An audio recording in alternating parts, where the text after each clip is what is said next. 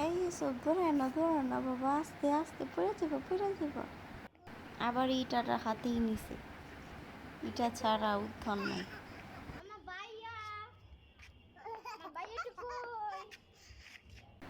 Hello guys, আসসালামু আলাইকুম। আজকে বিকেলে আমরা ছাদে যাচ্ছি, তো সেই কথা শুনে আমাদের ইউসুফ সবার আগে চলে এসেছে। আর আজকে ওয়েদারটা অনেক সুন্দর, আর আমাদের এখানে অনেক খেলার মাঠ আছে, সেখানে আজকে খেলা হচ্ছে। আজকে শুক্রবার, তার জন্য আমরাও দেখতে এসেছি, ফুটবল খেলা হচ্ছে। পড়ে গেছো বাবা, উঠো। কি খাচ্ছ, মুখে কি? হাতে ইটা দিছে, দেখছেন? আর হাতে ইটা থাকবই, আবার মুখে একটা ইটা খাইতেছে। কার কার বাচ্চা ইটা পছন্দ করে আমাকে জানান কমেন্ট করে।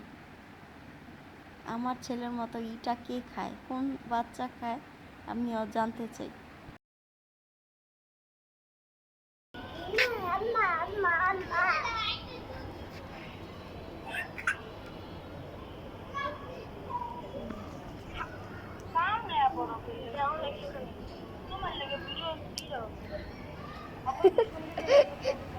কি হয়েছে ইসুফ?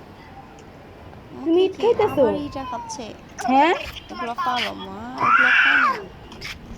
দেখছেন, মনে হচ্ছে যে কটকটি খাচ্ছে।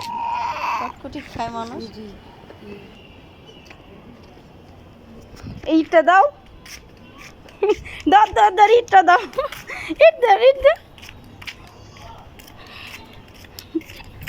গাইস আবার এই যে দেখছেন, আবার দেখছো? ইটাটা নিয়েছে।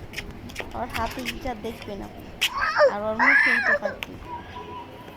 আপনাদের বাচ্চা কার কারা ইটা খায়, আর কার কার হাতে ইটা আছে, কমেন্টে জানান প্লিজ, এখনই তুমি ইট জানান। খাইতেছো?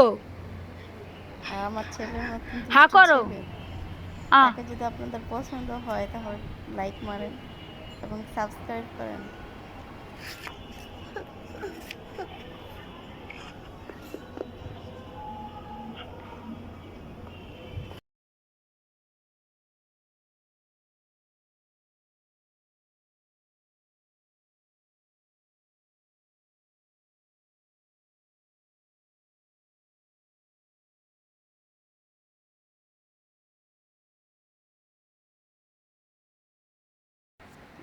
গাইস, যে কারণে ছাদে এসেছি, এই যে আমাদের ফুটবল খেলার মাঠ, স্টেডিয়াম আর কি।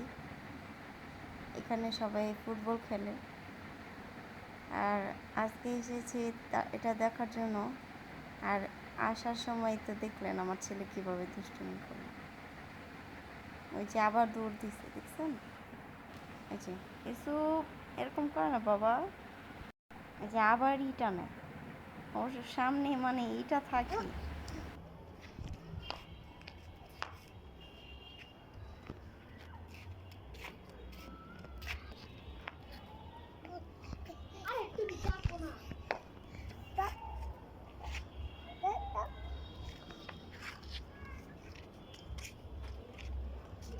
গাইস, আমার ছেলে হাঁটার স্টাইল দেখেন।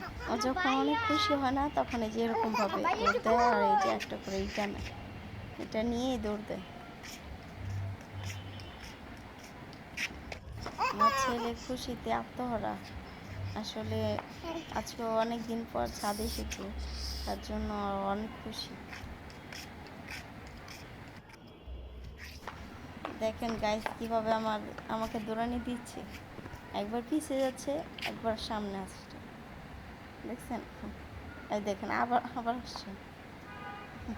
মানে ওর অনেক আনন্দ লাগছে, ছাদে এসেছে তার জন্য। একা একা থাকে তো ওর, তো তেমন একটা ওর ভালো লাগে না।